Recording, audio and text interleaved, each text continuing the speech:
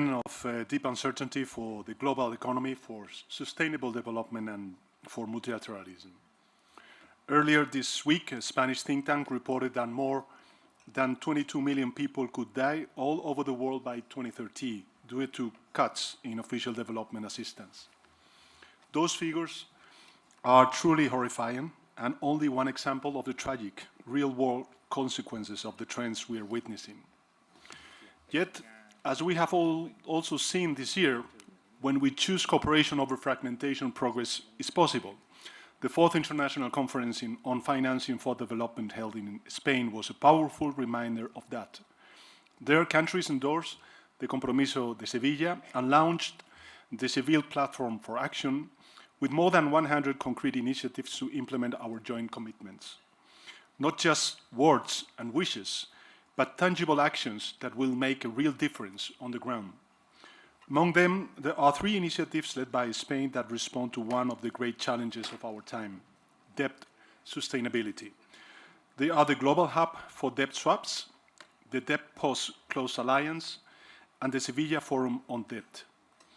These are 3 very pragmatic tools born out of real-world constraints that can really help rebuild trust in international cooperation and solve the burden of debt in developing countries. But financing alone is not enough. Trade disruptions, fragmentation of supply chains, and rising protectionism are eroding the foundation of global growth, and they need to be urgently tackled. Let me be clear, tariffs are not a weapon, they are a barrier.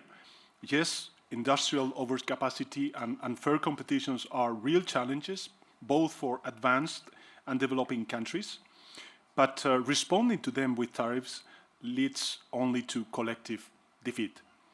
This is why it is more urgent than ever to strengthen the multilateral trading system, restore the central role of the World Trade Organization, and update it for the world we live in. Inequality must also be at the center of our agenda.